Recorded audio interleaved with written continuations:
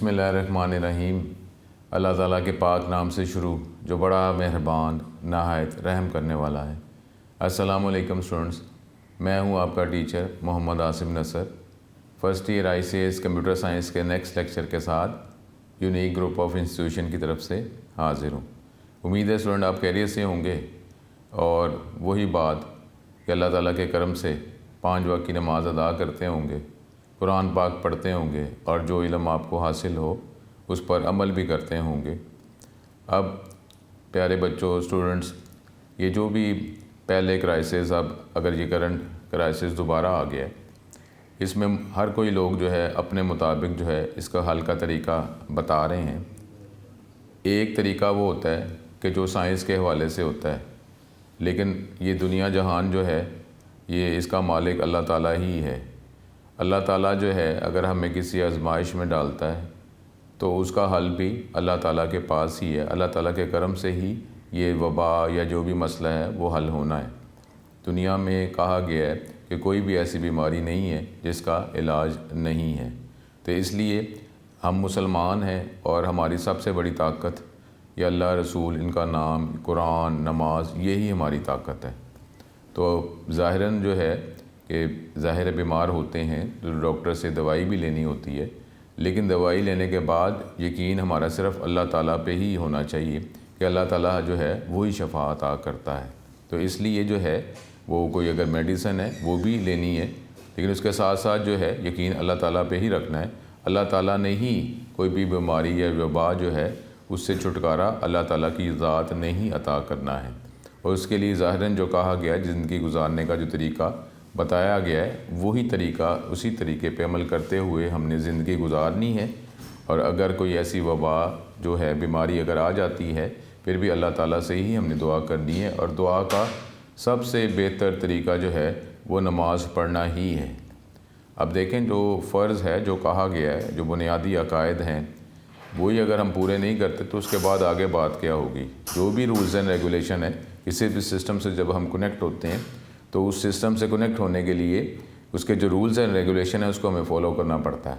इसी तरीके से ये दुनिया जो अल्लाह ताला वही मालिक है, तो उसने जो रूल्स एंड रेगुलेशन बनाए हुए हैं उसको फॉलो करते हुए ही हमने ये दुनिया गुजारनी, और दुनिया एक इम्तिहान भी है। तो रूल्स एंड रेगुलेशन जो है अगर हम फॉलो नहीं करते तो हम किसी भी सिस्टम के साथ जो है वो मज़ीद आगे नहीं चल सकते। वो तो अल्लाह ताला जो है वो बहुत करम करने वाला है, लेकिन फिर भी उसके भी तो ज़िंदगी गुजारने के कुछ रूल्स हैं ना। तो ये रिक्वेस्ट है कि अपना जो ताकत, जो ईमान जो है उसको और मज़बूत करें। और ये जिस तरह कहा गया है कि जी कलमा, नमाज, रोज़ा, हज, ज़कात, ये बुनियादी अकायद हैं, लाजमी इसको फ़ॉलो किया जाए। और उसके साथ भी जो है इखलास, बिल्कुल यकीन, अल्लाह ताला के लिए इबादत की जाए। उसमें कोई मतलब भी अगर हो जाए तो उसमें कोई हर्ज नहीं है। ठीक है, अल्लाह ताला है, उसी से हमने मांगना है, कुछ भी हो जाए। मतलब के तहत भी है तो कोई बात नहीं, अल्लाह से नहीं मांगना तो और मांगना किससे? कि जी अगर कोई हमें इम्तिहान होते हैं, पेपर होते हैं, तो हम नमाज़ें शुरू कर देते हैं, दुआ मांगना शुरू कर देते हैं, इसमें हर्ज क्या है? अगर नमाज हम पहले, अगर कोई कमी है तो अगर पेपरों के दौरान ही नमाज़ पढ़नी शुरू कर दी तो उसमें क्या हर्ज है कि हम ये कहेंगे कि पेपरों में नमाज़ पढ़नी शुरू कर दी, वैसे नहीं पढ़ता। ठीक है, शुक्र अल्लाह ताला का, नमाज़ पढ़नी शुरू कर दी उसने, क्या हुआ इसमें? वो तो वैसे तो ज़ाहिर है इस्तकामत ही रहनी चाहिए कि हमेशा जो नमाज़ अदा की जाए। लेकिन अगर पेपर में कोई 5 वक्त का नमाजी हो जाता है और ये अगर ये वबा कोई क्राइसिस है उसमें अगर कोई 5 वक्त का नमाजी हो जाता है, इसमें अर्ज क्या है? ये जो हम कहते हैं कि जी अब ये नमाज़ पढ़नी शुरू कर दी, शुक्र अल्लाह ताला का, अल्लाह ताला करम कर रहा है, अल्लाह ताला इस्तकामत अदा करेगा। तो इसलिए जो है इन्हें आप नमाज़ पढ़ें और अल्लाह ताला से दुआ करें। अब ये लेक्चर जो है ये हम चैप्टर नंबर 9 हमने लेक्चर्स जो है वो प्रीवियस हमने किया था। अब उसी के टॉपिक को हम कंटिन्यू करते हैं। अपना बहुत ज़्यादा ख्याल रखें और अल्लाह के करम से हमेशा 5 वक्त की नमाज़ अदा करें, कुरान पाक पढ़ें और जो इल्म हासिल करते हैं उस पर अमल लाजमी करें। और अपनी जो अमल जो है, जो भी हमने करना है वो अपनी ज़ात से शुरू होता है। ठीक है, अल्लाह ताला हमारा हामी नासिर, अल्लाह ताला करम करे। और ये वबा जो है अल्लाह ताला ने पहले भी जो है इससे हमें निजात अता की है। और ये आप कुरान पाक में प्यारे नबियों की बातें जो हैं वो आप सुनते हैं, वो आप पढ़ते हैं, तो अल्लाह ताला ही इंशाअल्लाह ताला जो है ये इस वबा से हमें छुटकारा नसीब करेगा। और साथ ही साथ अल्लाह ताला हमें इस्तकामत अता करे कि ये हम नमाज जो है, ये रोज़ा, कुरान जो है ये हमेशा ही पढ़ते रहें। अपना बहुत ज़्यादा ख्याल रखें। अपना लेक्चर जो है वो प्रॉपर कंटिन्यू करते हैं। स्टूडेंट ये टॉपिक जो हम कर रहे थे, हमने माइक्रोसॉफ्ट एक्सेल जो है वो स्टार्ट किया हुआ है और उसमें अब ये कुछ टॉपिक्स हैं। ये टॉपिक करने के बाद जो है फिर हम इसमें वर्किंग जो है वो स्टार्ट कर देंगे। अब ये अगर हमने डाटा एंटर करना है, लास्ट टाइम हमने ये जो इसका इंटरफेस है इसको डिस्कस किया था। अब जो है सपोज़ अगर डाटा हमने एंटर करना है, डाटा एंटर करने के लिए जैसा लास्ट टाइम हमने देखा था कि ये जो एनवायरनमेंट है इसमें ये टेबल फॉर्म का इमेज है जिसमें ये डिफरेंट सेल्स हैं। सेल पे हम क्लिक करते हैं, इसमें वो सेल पॉइंटर, वो कर्सर जो है वो जैसा माइक्रोसॉफ्ट वर्ड में है वो यहाँ पे नहीं होता, बल्कि ये सेल पॉइंटर है। जिस तरीके से यहाँ पर हम देख लेते लास्ट टाइम लेक्चर में कि ये सेल पॉइंटर क्लिक किया तो ये सेल, इसका बॉर्डर हाईलाइट हो गया। अब हम डाटा जो भी एंटर करेंगे वो सेल में लिखा जाएगा, ठीक है। तो ये एंटरिंग डाटा इन वर्कशीट। अब डाटा जो है एंटर करने के लिए सेल पे क्लिक करते हैं, उसके बाद डाटा एंटर किया जाता है। तो यहाँ पर दो स्टेट्स लिखी हुई हैं कि एक एक्टिव सेल और पैसिव सेल। एक्टिव सेल क्या होता है कि जो सेल हाईलाइट किया होता है, जिसका बॉर्डर हाईलाइट है, जहाँ पे जब आप कीबोर्ड की मदद से टाइपिंग करेंगे तो उस सेल में डाटा लिखा जाएगा, उस सेल को एक्टिव सेल कहते हैं। और रिमेनिंग सेल्स जो इनएक्टिव हैं उसको पैसिव सेल कहा जाता है। दो स्टेट्स हैं सेल की, एक्टिव सेल और before entering data this cell must be activated. Data enter करने से पहले सेल को एक्टिवेट करना पड़ता है। अब माउस के ज़रिए इस्तेमाल, माउस यूज़ करें या एरो कीज़ यूज़ करें, पहले आपको सेलेक्ट करना पड़ता है सेल को ताकि वो एक्टिव हो जाए और फिर उसके बाद जो है आप डाटा एंटर कर सकते हैं। जैसे ही आप सेल पे क्लिक करते हैं या उसको एक्टिव करते हैं तो एक बोल्ड रेक्टेंगुलर बॉर्डर जो है वो बन जाता है सेल के इर्द गिर्द, इंडिकेट। उसका मतलब ये है कि अब ये सेल एक्टिव सेल है। उसके बाद आप डाटा एंटर करेंगे, कीबोर्ड की मदद से आप डाटा एंटर करेंगे, ठीक है। When a cell is selected you can enter data by simply typing on the keyboard. You can also enter the data in an active cell through the formula bar, ठीक है। इस तरीके से आप data enter करते हैं। उसके बाद अगर कोई एडिटिंग करनी, कोई चेंजेस करनी है तो वो भी आप सेल को सिलेक्ट करने के बाद इसका डाटा चेंज कर सकते हैं। When a cell containing a formula is activated, उसका फार्मूला बार में नज़र आता है तो फिर आप उसको चेंज कर सकते हैं। और दूसरा माइक्रोसॉफ्ट वर्ड की तरह जिस तरह आपके पास फीचर मौजूद थे कट कॉपी पेस्ट के, वो एक्सेल में भी मौजूद हैं। इसके ज़रिए आप कोई डाटा, कोई फार्मूला या फंक्शन अगर हम कोई यूज़ करते हैं तो उसको हम कॉपी पेस्ट जो है एक जगह से दूसरी जगह सेल में कॉपी पेस्ट कर सकते हैं, कट पेस्ट कर सकते हैं, ठीक है।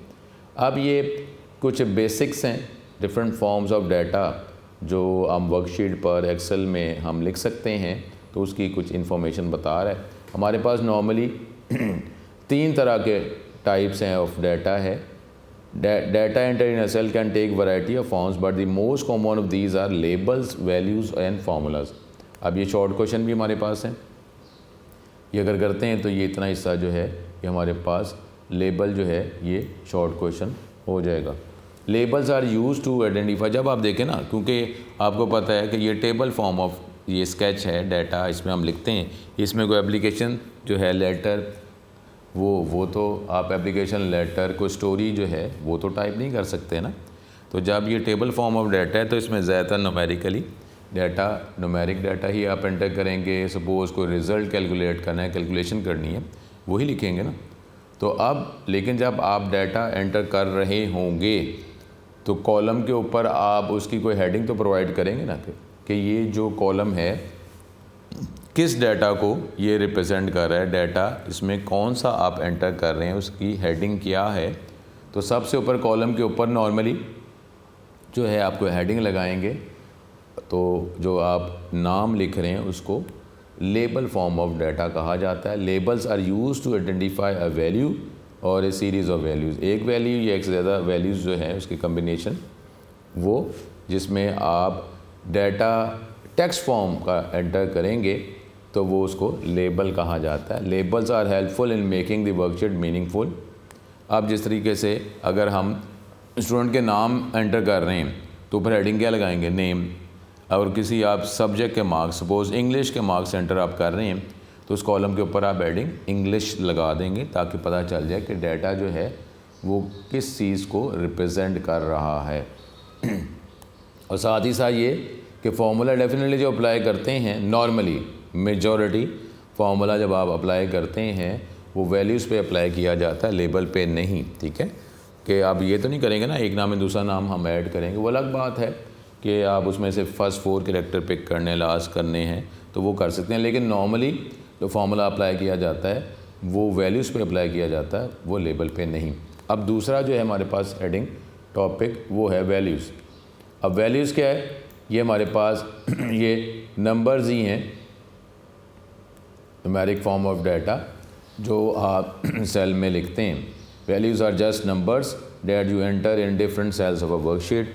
These can be whole numbers, whole number होंगे, डेसिमल पॉइंट्स होंगे, नेगेटिव नंबर को करेंसी फॉर्मेट हो सकता है ऑफ डाटा, और भी डाटा जो मे बी एक्सपोनेंट फॉर्म या साइंटिफिक नोटेशन में लिखना चाहें तो न्यूमेरिक फॉर्म ऑफ डाटा। और इसमें आप डेफिनेटली कैलकुलेशंस कर सकते हैं, आप कुछ फार्मूला अप्लाई कर सकते हैं, इस पर बिल्ट इन जो हैं डिफरेंट फंक्शंस अवेलेबल हैं वो आप अप्लाई कर सकते हैं। तो नॉर्मली फार्मूला या फंक्शंस, जिस तरीके से कैलकुलेटर के डिफरेंट बटन्स को भी फंक्शंस ही कहा जाता है, जिसमें आप कोई वैल्यू पैरामीटर प्रोवाइड करते हैं और वो फंक्शन जो है उस वैल्यू या पैरामीटर को यूज़ करके प्रोसेसिंग करके आपको एक आंसर रिटर्न करता है, और नॉर्मली आंसर जो है वो न्यूमेरिक फॉर्म ही होता है। अब तीसरी फॉर्म ऑफ डाटा जो है वो हमारे पास है फार्मूलाज। अब फार्मूलाज क्या है, जिस तरीके से अभी हम देखेंगे कि हर सेल का कोई ना कोई एड्रेस होता है, उस सेल के अंदर कोई वैल्यू लिखी होती है, तो अगर आप उस सेल पर उनकी वैल्यूज़ पर कुछ कैलकुलेशन करना चाह रहे हैं यूजिंग बेसिक अर्थमेटिक ऑपरेटर्स, जिस तरह प्लस माइनस डिवाइड मल्टीप्लाई, तो आप खुद से कुछ फार्मूला क्रिएट करना चाह रहे हैं तो फिर वो हम सेल के अंदर वो फार्मूला भी लिख सकते हैं। Working formulas is the most powerful feature of a spreadsheet. Formulas can be calculated on the basis of values. Formula आप जो values numeric form of data, उसकी बुनियाद पर भी कोई फार्मूला आप अप्लाई कर सकते हैं, कैलकुलेट कर सकते हैं। और या आपने कोई फार्मूला है, फार्मूला भी तो कोई आंसर ही रिटर्न करता है ना, तो अब फार्मूला आपने अप्लाई किया है तो उसी पे आप मज़ीद कुछ कैलकुलेशन करना चाह रहे हैं तो वो भी आप उस फार्मूले पे मज़ीद कुछ कैलकुलेशन फार्मूला भी अप्लाई कर सकते हैं। Formula can involve basic arithmetic operators. Normally जो प्लस माइनस डिवाइड मल्टीप्लाई के जो बेसिक ऑपरेटर्स हैं जो हमें सिंपल कैलकुलेटर में भी मिलते हैं, तो आप ये कैलकुलेशंस कर सकते हैं। अब मोर अगर आपने ज़्यादा कॉम्प्लेक्स फार्मूला अप्लाई करना है तो डिफरेंट आप एडवांस कैलकुलेशंस या कोई लॉजिकल कंडीशन डिफरेंट अप्लाई कर सकते हैं, जिसकी बुनियाद पर वो उस वैल्यूज़ पे फार्मूला अप्लाई करके आपको आंसर प्रोवाइड किया जा सकता है। ठीक है, अब वो कंडीशन जो है देखेंगे जब कि कंडीशन जो है, जब कंडीशन अप्लाई करते हैं तो कंडीशन या तो ट्रू होती है या फॉल्स होती है। ट्रू होने पे हम कोई स्टेप्स परफॉर्म करने को कहते हैं, अगर वो कंडीशन ट्रू नहीं होती, फॉल्स है, तो उसके अकॉर्डिंगली भी फिर हम डिफरेंट एक्शंस मेंशन करते हैं और वो एक्शन जो है उसकी बेस पर कैलकुलेशन करके हमें आंसर मिलता है। आगे अब ये सेल रेफरेंस की बात कर रहा है वो।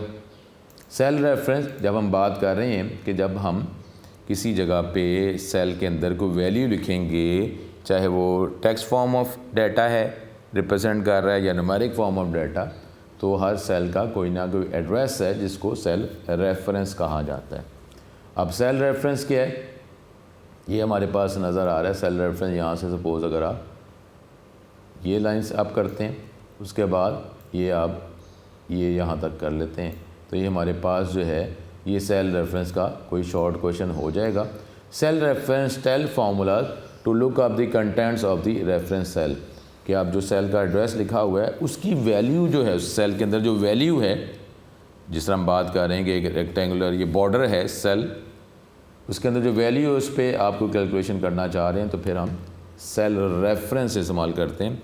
कांस्टेंट नहीं, जिस तरह आप मैथ में वेरिएबल की बात करते हैं तो इस तरह ये सेल का जो एड्रेस है उसको भी आप वेरिएबल कंसिडर कर सकते हैं। Cell reference tells formula to look up the contents of the reference cell. This increase the flexibility of the formula. The change in the contents of the reference cell is quickly reflected to the result of the formula being calculated on the basis of this cell। आपको पता है ना variable क्या होता है, जिसकी value change की जा सकती है। तो अगर आप किसी फार्मूले के अंदर सेल का एड्रेस इस्तेमाल करते हैं, सेल का रेफरेंस इस्तेमाल करते हैं, तो अगर उस सेल के अंदर को आप चेंजेस करेंगे तो फ़ौरन उसका इफेक्ट जो है वो फार्मूले में आपको रिफ्लेक्ट कर दिया जाएगा। और वैल्यू आपने चेंज कर दी क्योंकि आपने तो सेल का एड्रेस इस्तेमाल किया ना वेरिएबल, तो वेरिएबल जो है उसकी वैल्यू जो भी आप चेंज करेंगे तो आप फॉर्मूला उस चेंज वैल्यू पर अप्लाई किया जाएगा। The cell is referred by its address such as ये G8 AC5 और ये Y10। अब आप जो है बजाय इसके कि आप लिखें कि जी 20+30 एक्सेल के अंदर कोई भी फॉर्मूला लिखने के लिए पहले इक्वल टू का साइन जो है वो अप्लाई करना पड़ता है। जैसे आपने लिखा इक्वल टू 10+5, ये तो कांस्टेंट है ना, ये तो हमेशा जो है 15 ही आंसर देगा। लेकिन अगर आप सेल का एड्रेस इस्तेमाल करते हैं, और सेल का एड्रेस कैसे बनता है, पहले कॉलम का लेटर जो हमने पहले पढ़ा है, कॉलम का लेटर फिर रो का नंबर। तो अब ये बन गया क्या, वेरिएबल।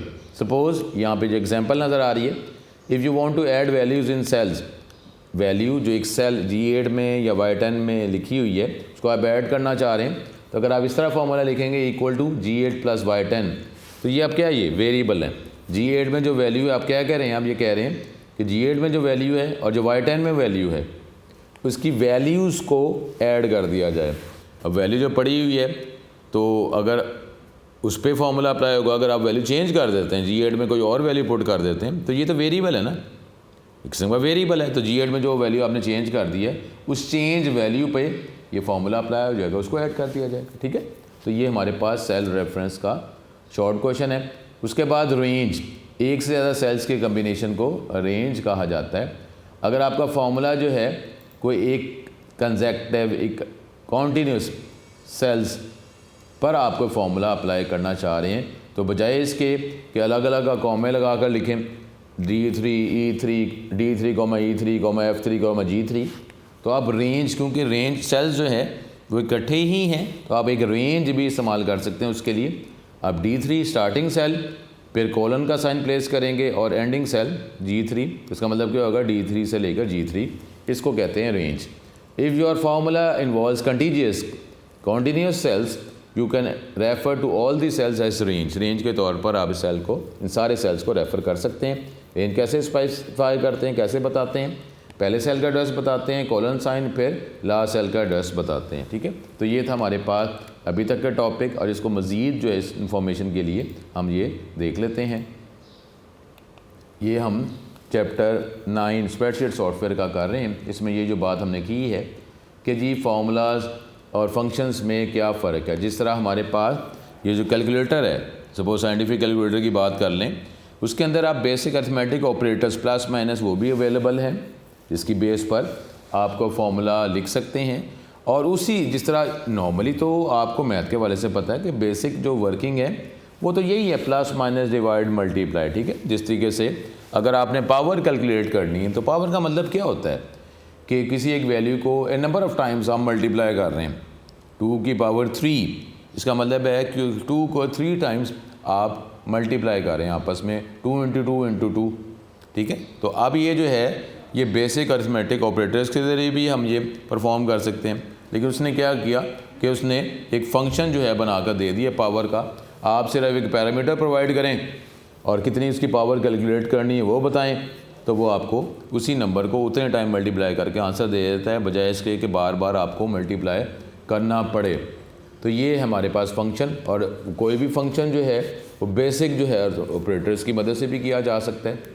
फंक्शन क्या है, is a built in tool that is use in formulas to perform an operation and returns a value. Function क्या है, ये एक बिल्ट इन फार्मूला जो पहले से बना हुआ है, आपको वो फार्मूला खुद क्रिएट करने की ज़रूरत नहीं है कि जो आप कोई काम करने के लिए यूज़ कर सकते हैं। और इसने भी, फंक्शन ने भी, फार्मूला ही है ना, बैकग्राउंड में भी एक से ज़्यादा स्टेप्स हैं, उसने भी वैल्यू को प्रोसेस करके आपको आंसर ही रिटर्न करना है। लेकिन उसमें ये है कि आपको ज़्यादा वर्किंग, ज़्यादा स्टेप्स लिखने नहीं पड़ेंगे। It can B use with both numbers and text. अगर आप जैसे देख लें कि ये स्क्वायर रूट निकालना है आपने, for example to calculate the square root of a number, तो एक फंक्शन एक्सेल के अंदर अवेलेबल है SQRT, ये अगर आप लिखते हैं, और ये जो ब्रैकेट आप कह लें टेक्निकली पेरेंथेसिस कहा जाता है, इसमें आप पैरामीटर प्रोवाइड करते हैं जिसका आप स्क्वायर रूट निकालना चाह रहे हैं, 14, 24 जो भी लिखेंगे, तो ये उसका स्क्वायर रूट निकाल देगा। अदरवाइज़ आप 1/2 से डेफिनेटली मल्टीप्लाई भी करते हैं। A single argument is given which is the number whose square root is to be calculated. Equal sign जो है वो लाजमी फंक्शन लिखने से पहले आपको लिखना पड़ता है। जैसे अगर आप ये लिखेंगे एक्सेल के अंदर तो हम ये लिखेंगे इक्वल टू SQRT और 9। अब ये 9 आपने लिखा, ये आपने कॉन्स्टेंट लिख दिया। इसकी बजाय जो आप किसी का सेल का रेफरेंस, सेल का एड्रेस इस्तेमाल कर सकते हैं, और सेल एड्रेस में जो है जो भी वैल्यू लिखी होगी उस वैल्यू को एज ए पैरामीटर इस फंक्शन के अंदर पुट कर दिया जाएगा और फिर वो आंसर आपको रिटर्न किया जाएगा। आप अगर उसकी वैल्यू चेंज कर भी देते हैं तो आप चेंज वैल्यू को एज ए पैरामीटर पुट किया जा रहा है, ठीक है। तो ये हमारे पास जो फार्मूला जो है, ये फंक्शन जो है अब ये डायनामिक हो जाएगा। अभी आपने ये लिखा है ये स्टैटिक है कि हमेशा इसने वैल्यू 9 एज ए पैरामीटर को पिक करके ही आंसर निकालना है, इसने 3 ही आंसर देना है। लेकिन अगर आपको सेल का एड्रेस इस्तेमाल कर देते हैं तो सेल के एड्रेस के अंदर जो वैल्यू है उसको एज ए पैरामीटर पिक किया जाएगा। अगर आप चेंज करते हैं तो चेंज वैल्यू को वो पिक कर लेगा, ठीक है। तो वो फंक्शन जो है या फार्मूला जो है वो डायनामिक हो जाएगा। अब फार्मूला क्या है? ये सिंपल, जिस तरह कैलकुलेटर है उसको यूज़ करते हुए आप बेसिक अर्थमेटिक ऑपरेटर के ज़रिए भी हर काम कर सकते हैं, लेकिन आपको स्टेप्स ज़्यादा करने पड़ेंगे। तो formula is a mathematical expression that shows relationship of 2 और more cells in the worksheet. Formula is not shown in the cell. Cell के अंदर जो है वो फार्मूला नहीं नज़र आता। फंक्शन भी अगर आप लिखते हैं तो वो भी नज़र नहीं आता, बल्कि उस फार्मूले का आंसर या जो फंक्शन आप यूज़ कर रहे हैं उसमें जो पैरामीटर प्रोवाइड कर रहे हैं उसका आंसर आपको शो किया जाता है। The formula is not shown in the cell in which it is entered, rather its value is displayed in that cell. उसका जो आंसर है वो आपको सेल में दिखाया जाता है।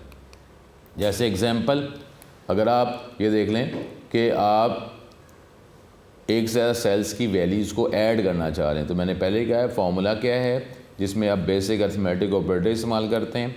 2 सेल्स की वैल्यू को आप ऐड करना चाह रहे हैं तो इक्वल टू तो लिखना ही लिखना है, उसके बाद आप ये पेरेंथेसिस या ब्रैकेट के अंदर A1 + A2 लिख देंगे। तो अब इसकी मदद से ये सिंपल अर्थमेटिक ऑपरेटर इस्तेमाल करके आप एक फार्मूला कुछ स्टेप्स परफॉर्म करवा सकते हैं, कर सकते हैं। आगे लेबल्स और वैल्यूज़। लेबल्स क्या है? हमारे पास एक वैल्यू को आइडेंटिफाई करना या एक से ज़्यादा वैल्यूज़ को आइडेंटिफाई करना कि वैल्यूज़ किस चीज़ को रिप्रेजेंट कर रही हैं। जिस तरह हमने बात की है कि किसी का एड्रेस आपने स्टूडेंट्स का स्टोर करना है, मार्क्स स्टोर करने हैं, टोटल एवरेज आपने वो हर स्टूडेंट की टोटल और एवरेज शो करनी है, दिखानी है, कैलकुलेट करनी है, तो वो पता तो चले कि ये जो वैल्यूज़ जो हैं किस चीज़ को रिप्रेजेंट कर रही हैं। तो नॉर्मली टेबल फॉर्म में सबसे ऊपर जो है कॉलम के ऊपर हम ये उसकी हेडिंग प्रोवाइड कर देते हैं, और वो heading normally text form of data को रिप्रेजेंट कर रही होती है, तो उसको लेबल कहा जाता है। These are use to give title and headings, rows and columns, ठीक है, of rows and columns. Labels can not be use in formula and functions. Label जो है वो नॉर्मली ये फार्मूले में या फंक्शन में इस्तेमाल नहीं किए जाते। न्यूमेरिकली जो है डाटा वही अब फंक्शन और फार्मूले में यूज़ करते हैं। Formula can only be applied on values, this can not be applied on labels, ठीक है, नॉर्मली, ठीक है।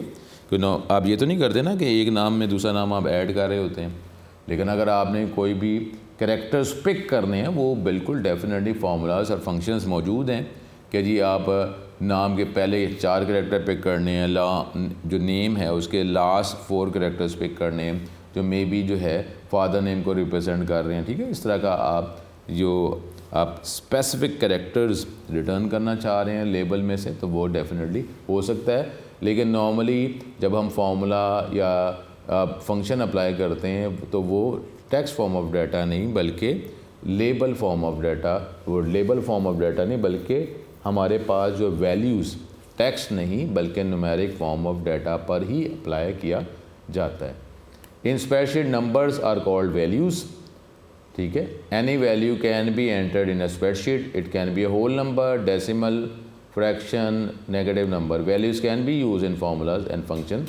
वैल्यूज़ की एग्जांपल कुछ 316, 87.9, 98%, ये सारी वैल्यूज़ ही हैं। उसके बाद डाटा कैसे एंटर किया जाता है, ठीक है। हमने बात की है कि जो एक्सेल का जो इंटरफेस है ये टेबल फॉर्म ऑफ इमेज आपको शो करता है, जिसमें कॉलम्स और रो जो हैं वो रिप्रेजेंट किए जाते हैं, और कॉलम और रो के इंटरसेक्शन से जो एक इंटरसेक्शन से जो हमें एक पॉइंट मिलता है उसको सेल कहा जाता है। तो अब जो सेल जो है, हम इतने ज़्यादा सेल्स हैं तो फिर कैसे पता चले कि जो वैल्यू एंटर करेंगे तो कौन से सेल में। माइक्रोसॉफ्ट वर्ड टाइप ऑफ जो सॉफ्टवेयर्स हैं उसमें तो कर्सर ब्लिंक कर रहा होता है, तो हमें पता चल जाता है कर्सर जहाँ ब्लिंक कर रहा है। जब भी हम डाटा एंटर करेंगे तो जहाँ पे कर्सर ब्लिंक कर रहा है वहीं पर डाटा जो है वो एंटर होगा। लेकिन अब ये जो एक्सेल जो है ये तो टेबल फॉर्म ऑफ इमेज आपको स्केच दिखा रहा है, तो अब हम डाटा जब एंटर करेंगे कर्सर तो ब्लिंक कर कोई नहीं रहा, तो कैसे पता चलेगा कि किस सेल में डाटा एंटर होगा और किस तरीके से हम बताएंगे कि हम इस सेल में अप्लाई करना चाह रहे हैं, इस सेल में डाटा एंटर करना चाह रहे हैं। तो उसके लिए क्या होगा कि पहले सेल को एक्टिव करना पड़ता है। The data is entered into the active cell by typing. पहले सेल को आप एक्टिव करेंगे, फिर आप कीबोर्ड की मदद से जो टाइप करेंगे डाटा वो उस सेल में लिखा जाएगा। Enter key is press to complete the data entry of that cell. फिर सेल को एक्टिव करके डाटा एंटर करने के बाद आपको एंटर की भी प्रेस करनी पड़ती है, तो फिर वो डाटा जो है उस सेल में जो है ट्रांसफ़र हो जाता है। When enter key is press the cursor automatically moves to the next down cell. जब आप एंटर की प्रेस करते हैं तो नॉर्मली सेटिंग में क्या होता है, जो एक्सेल के बैकग्राउंड में डिफ़ॉल्ट सेटिंग्स हैं कि जब एंटर प्रेस करते हैं तो जो डाटा आपने कीबोर्ड की मदद से टाइप किया होता है वो सेल में लिख दिया जाता है, और जो सेल पॉइंटर जो है वो एक निचले वाला सेल जो नेक्स्ट डाउन सेल है उसमें आपका सेल पॉइंटर जो है उसको मूव कर दिया जाता है। एरो कीज़ भी डेफिनेटली आप यूज़ कर सकते हैं डाटा एंटर करने के बाद, कि जिसमें डाटा उस सेल में एंटर कर दिया जाएगा, और जो भी एरो की डायरेक्शन की आप यूज़ करते हैं उस डायरेक्शन में जो है वो सेल जो अवेलेबल है वो अब एक्टिव हो जाएगा। डाटा कैसे एंटर किया जाएगा, move cursor to the cell into which data is to be entered. अब उस सेल में डाटा कर्सर ले जाएं, क्लिक करें तो वो सेल एक्टिव हो जाएगा। उसके बाद आप डाटा एंटर करेंगे with the help of keyboard. उसके बाद अब एंटर की प्रेस करेंगे तो कर्सर जो है वो नीचे वाले सेल में जो है मूव हो जाएगा और डाटा उस सेल में एंटर, ट्रांसफ़र, शिफ्ट कर दिया जाएगा। ठीक है, अब ये अभी हम अगर देख लेते हैं कि जी अब फॉर्मूला क्या है, लेकिन उससे पहले अगर ये देख लेंगे अगर हम डाटा एंटर करेंगे तो डाटा कैसे एंटर किया जाता है, तो ये साथ साथ ही अगर हम देख लेते हैं कि डाटा जब आप एंटर करेंगे तो अभी हम देखते हैं कि जब डाटा हम एंटर करेंगे तो ये अब देखें ये हमारे पास इंटरफेस एक्सेल का नज़र आ रहा है। इसमें जैसे ही हम देखें ना कहीं पे क्लिक करते हैं तो इस सेल का बॉर्डर जो है वो हाईलाइट हो जाता है। इसका मतलब है कि अब जो सेल भी हाईलाइट है, ये अब सेल जो है ये एक्टिव है, और ये सेल जो है इसका एक एड्रेस भी है जो हमने पहले ही बात की थी कि पहले कॉलम का लेटर बोलेंगे एज और फिर रो का नंबर बोलेंगे, तो इस सेल का जो एड्रेस या रेफरेंस जो है वो एज 5। अब जब मैं कीबोर्ड की मदद से कोई डाटा एंटर करूँगा, कीबोर्ड की मदद से जो भी हम डाटा एंटर करेंगे वो अब इस सेल में लिखा जाएगा। ये लिखने के बाद हम एंटर प्रेस करते हैं। एंटर जब प्रेस करेंगे तो वो जो एक्टिव सेल निचला सेल है वो एक्टिव हो जाएगा, सेल बड़ों सेल में चला जाएगा। या अगर हम कोई और वैल्यू लिखी उसके बाद मैं एरो की, सपोज मैं राइट एरो अगर प्रेस करता हूँ तो फिर वो जो राइट साइड पे सेल है वो एक्टिव बन जाएगा और मेरा डाटा जो है वो उधर ट्रांसफ़र हो गया। एक और बात कि जब डाटा देखें हम अभी एंटर कर रहे हैं तो डाटा जो है ये जो कॉलम की जो हेडिंग्स हैं इसके ऊपर जो एक बार आपको नज़र आती है इसको फार्मूला बार कहा जाता है। तो अभी ये डाटा ये जो फार्मूला बार में लिखा हुआ है ये सेल में ट्रांसफ़र नहीं हुआ है। सेल जो है वो C6 है। अभी जब आप एंटर प्रेस करेंगे या कोई एरो की प्रेस करेंगे तो डाटा उस सेल में ट्रांसफ़र होगा। ठीक है, इस तरीके से डाटा एंटर किया जाता है। और अभी हम प्रॉपर्ली इसको देख लेंगे आगे पहले आगे इसको अपने लेक्चर को थोड़ा आगे लेके जाते हैं। अब व्हाट इज़ फार्मूला, फार्मूला क्या है, इसको कैसे इस्तेमाल किया जाता है। फार्मूला एक में कोई भी मैथमेटिकल एक्सप्रेशन है जो डिफरेंट अर्थमेटिक ऑपरेटर की मदद से आप एक्सप्रेशन इक्वेशन बनाते हैं। That is use to carry out a calculation. इसमें आप नंबर भी इस्तेमाल कर सकते हैं, डायरेक्ट कांस्टेंट वैल्यूज़ भी इस्तेमाल कर सकते हैं और सेल का एड्रेस रेफरेंस भी इस्तेमाल कर सकते हैं। दोनों भी इस्तेमाल कर सकते हैं कि वैल्यूज़ आप कांस्टेंट भी आप वैल्यू प्रोवाइड कर दें, सेल का एड्रेस भी लिख दें। Formula begins with an equal sign. It appears in the formula bar whenever that cell is activated. ये फार्मूला बार में नज़र आएगा जो भी हमने देखा था। और whenever that cell is activated. For example a formula is use to calculate the average of values in a cell. आप जो है उसको ऐड करके जितने नंबर ऑफ़ टेस्ट, सपोज़ अगर हम रिज़ल्ट की बात कर रहे हैं तो उतने नंबर ऑफ़ टेस्ट पे डिवाइड कर दें तो ये हमारे पास एक एवरेज निकल आएगी। Similarly a formula is use to find out the square root of a number. The cell whose address is use in a formula is called a reference cell. अगर आप फार्मूले के अंदर कोई सेल का एड्रेस इस्तेमाल करना चाहते हैं तो ये किस्म का वेरिएबल बन जाता है, तो उसको कहा जाता है is called reference cell, cell reference. If a value in a reference cell changes, क्योंकि ये तो वेरिएबल है ना सपोज़, तो अगर रेफरेंस सेल जो है आपने फार्मूले में जो सेल का एड्रेस या रेफरेंस इस्तेमाल किया है उसकी वैल्यू अगर आप चेंज करते भी हैं तो अब वही चेंज्ड वैल्यू जो है उस फार्मूले में पुट कर दी जाएगी और वो जो फार्मूले का जो रिज़ल्ट है वो फ़ौरन ही उसको अपडेट कर दिया जाएगा। व्हाट इज़ अ फार्मूला, कैसे इस्तेमाल किया जाता है, अब हम इसको देख लेते हैं कि सपोज ये देखें ये एक इमेज सा है, आप क्या कर रहे हैं, ये हेडिंग लगा ली, आइटम्स बुक्स हैं, लैपटॉप्स हैं, पेन्स हैं, उनकी प्राइस आपने लिख दी और आप क्या कर रहे हैं, इन टोटल प्राइस जो है उसको आप इन सारों की प्राइसेस को आप ऐड करना चाह रहे हैं।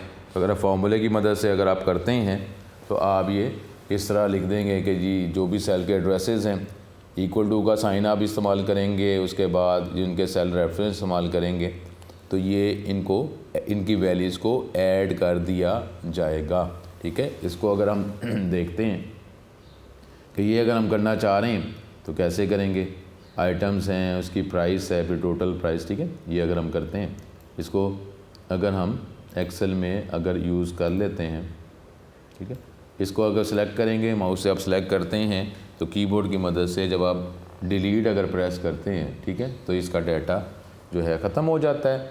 अगर आप यही आप हेडिंग्स करना चाह रहे हैं, लिखना चाह रहे हैं तो आप जो वैल्यूज़ लिखेंगे पहले उसकी ज़ाहिर है कोई हेडिंग लगा लेंगे, हमें पता चल जाएगा कि जो डाटा लिख रहे हैं वो डाटा किस चीज़ को रिप्रेजेंट कर रहा है। ठीक है, तो ये हम करेंगे।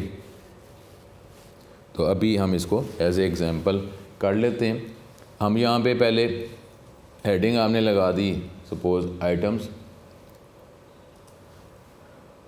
के नीचे हम कोई आइटम्स लिख देंगे, उसके बाद हम इसकी कोई प्राइस हेडिंग लगा दी ना, उसके नीचे नीचे भी उसकी प्राइस लिखेंगे। सपोज़ हम बात कर रहे हैं कि जी वही कोई भी हम हेडिंग लगा कर, सपोज़ लैपटॉप्स की बात कर रहे हैं, हमने लैपटॉप जितने का भी ख़रीदा, ठीक है, 60,000 का, उसके बाद हमने कोई बुक्स जो हैं डिफरेंट परचेज़ की हैं, बुक्स की प्राइस हम सपोज़ 4,000, हमने कुछ पेन्स या स्टेशनरी वो हमने परचेज़ की है और ये हमने सपोज़ 400। अब इसको हम कैलकुलेट करना चाह रहे हैं इसकी टोटल प्राइस। ठीक है, तो हम ये इसकी अगर फिर हेडिंग लगा लें ताकि हमें पता चले कि इसकी टोटल प्राइस। अब आपने इसको ऐड करना, अभी टोटल प्राइस वैसे साथ साथ जो है थोड़ा सा देखते जाएं कि टोटल प्राइस जो है, टोटल प्राइस ऐसे लग रहा है कि ये थोड़ा सा इसका ई जो है आखिर में कट हो रहा है। तो आप एक तो ये है कि जो कॉलम्स के दरमियान ये जो इंटरसेक्शन है इस पर क्लिक करें और राइट साइड पे अगर थोड़ा सा मूव कर लें तो इस कॉलम की विड्थ इंक्रीज हो जाती है। ठीक है, वैसे तो ये है कि आप इस पे इंटरसेक्शन पॉइंट पे आप अगर डबल क्लिक करते हैं तो इस कॉलम में जो भी मैक्सिमम विड्थ की जो वैल्यू है या कोई टेक्स्ट है उसके अकॉर्डिंगली इसकी विड्थ जो है ऑटोमेटिकली सेट कर दी जाएगी, एडजस्ट कर दी जाएगी।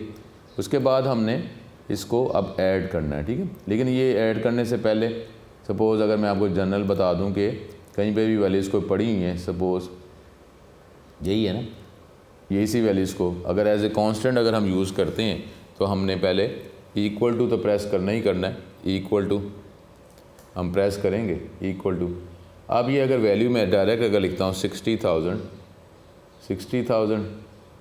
उसके बाद मैं इसको ऐड करता हूँ 4000, उसके बाद मैं ऐड कर लेता हूँ 400, तो ये हमारे पास ये आ गया। ठीक है, अगर मैं फार्मूले की मदद से करता हूँ और उसमें ये मैं सेल के एड्रेस इस्तेमाल करता हूँ, तो ये मैं लिखूँगा इक्वल टू, और ये इसका एड्रेस इसका क्या है G7, तो G7 अगर मैं लिखता हूँ, G7 लिखा, उसके बाद मैंने इसको ऐड कर दिया G8, वो मैंने ऐड कर दिया,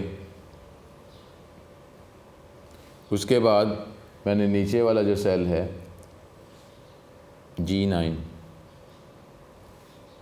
ये ऐड किया तो ठीक है, अभी तो हमारे पास सेम आंसर आ गया, क्योंकि आपने उसको एज ए कांस्टेंट भी पुट किया है, उसके बाद जो है एज ए फार्मूला आपने सेल एड्रेस। लेकिन आप ये देखें यहाँ पे अगर मैं चेंज करता हूँ मैंने वैल्यू चेंज की 500 मैंने कर दी है सपोज़, देखें ये तो फ़ौरन इसका इफेक्ट जो है इसकी वैल्यूज़ जो है पुट कर दी गई और फ़ौरन हमें अपडेटेड वैल्यू मिल गई। लेकिन अब आपने यहाँ ये जो लिखा है आपने फार्मूला, इसमें कांस्टेंट इस्तेमाल किया है ना, इसमें सेल एड्रेस तो इस्तेमाल नहीं किए, तो वो एज इट इज़ है। ठीक है, तो ये यहाँ पे आपको कुछ अंदाज़ा हो रहा होगा कि अगर फार्मूले के अंदर अगर आप सेल का रेफरेंस इस्तेमाल करते हैं तो उसकी वैल्यू अगर आप चेंज जैसे ही करते हैं तो उसका इफेक्ट आपको फ़ौरन ही नज़र आ जाता है। ये देखें तो फ़ौरन ही इफेक्ट नज़र आ रहा है, अदरवाइज़ जो है वो कांस्टेंट इस्तेमाल कर रहे हैं तो उसकी वैल्यू वैसे ही है। ठीक है, तो ये इस तरीके से अब आपने इस पर वर्किंग आप करते रहेंगे।